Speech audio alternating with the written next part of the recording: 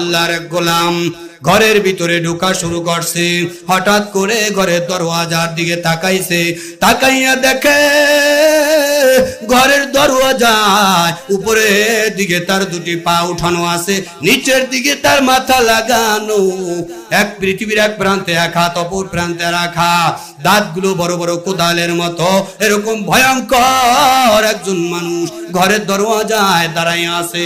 লোকটা দৌড়াইয়া ভয় পাইয়া সুলাইমান নবী বাইতুল মাকদিসের ভিতরে আমলরত অবস্থায় আছে।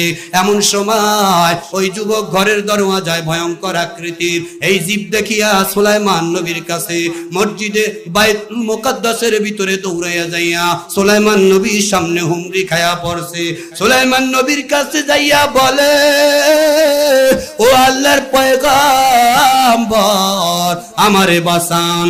আমি ঘরের ভিতরে যখন ঢুকবার লাগছি, উপর দিকে তার দুটি পা, নিচের দিকে তার মাথা, পৃথিবীর দুই প্রান্তে তার দুই হাত, দাঁতগুলি বড় বড় কোদালের মতো।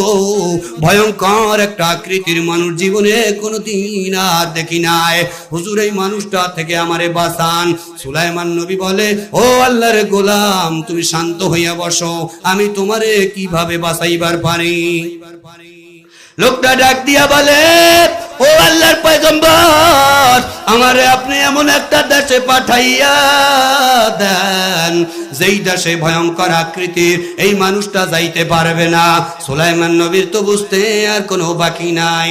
সুলাইমান নবী বলে, তা হবে কি হবে জানি না, তবে তুমি যেহেতু দাবি করছো, আমি তোমারে আল্লাহর হুকুমে পাঠাইয়া দেব। সুলাইমান নবীর কথা মাছে শুনতো, গাছে শুনতো, শুনতো জঙ্গলার সব সমস্ত মাখলুকাতে শুনতো। এমনকি সুলাইমান নবীর কথা আল্লাহর ওই বাতাস মাখলুকাতেও শুনতো। সুলাইমান নবী বাতাসে ইশারা করে বলে দেন, ওরে বাতাস, তুই এই যুবকের তোর পাখায় কইরা উড়াইয়া কাজিরহাট থেকে আমেরিকার একটা জঙ্গল আছে, সাউমানাতের জংলা, ওই জংলায় যায় দেখবে একটা উঁচা পাথর আছে, ওই পাথরের উপরে বসাইয়া দিবা।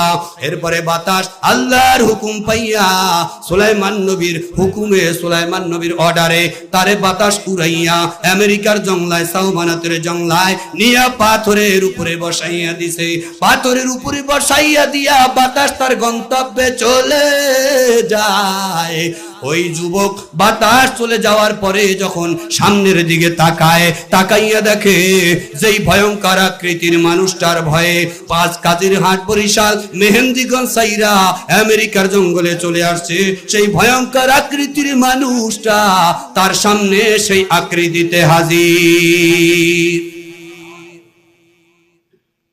একটা চিৎকার মেরে বলে দেন, তোমার ভয়ে আমি কাজিরহাট, মেহেন্দিগঞ্জ, বরিশাল সাইরা আমেরিকার জঙ্গলে হাজির হয়েছি, এই জায়গায় তুমি হাজির হইলা, তোমার পরিচয়টা আমার একটু দিয়ে দাও। এইবার কয়, এতক্ষণ গোপন রেখেছি, এখন গোপন রাখলে সময় ওভারটেক হয়ে যাবে। আমি আর অন্য কোনো আকৃতির মানুষ না, আমি হলাম ফেরেশতা, যেই ফেরেশতা তোমার জান কবজ করার জন্য হাজির।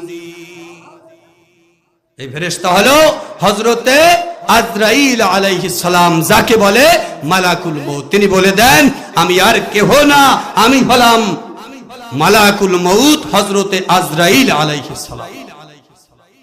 এখন বলে, বুঝলাম না এই ঘটনাটা ঘটে গেল কেন? আজরাইল ফেরেশতা তারে বক্তব্যের মাধ্যমে বুঝাইয়া দেন, আমি আমার মাওলার কাছে তোমার ব্যাপারে দরখাস্ত করেছি গো, ও আমার মালিক, তোমার এই গোলামের জান কবজ করার জায়গা হলো আমেরিকার সাউমানাতের জংলা, কিন্তু তার বাড়ি হলো বরিশালের কাজিরহাট। এই সময় মাত্র অল্প কতটুকু বাকি আছে, এখন পর্যন্ত কাজিরহাটে অবস্থান করে।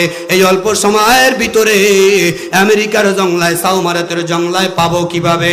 আমার আল্লাহ পাক রব্বুল আলামিন বলে দেন, ও আমার ফেরেশতা আজরাইল, তুমি ভয়ঙ্কর আকৃতি নিয়া তার বাড়ির দরওয়াজায় যাবা, আমি আল্লাহ তার মনটারে ঘুরাইয়া তার ঘরের দিকে দিয়া দেব। ঘরের দিকে যখন যাইবে, দরওয়াজায় তাকাইয়া দেখবে ভয়ঙ্কর আকৃতিতে তুমি দাঁড়ানো, ভয়ে তোমার থেকে রেহাই পাওয়ার জন্য বাইতুল মাকদিসে সুলাইমান নবীর কাছে যাবে।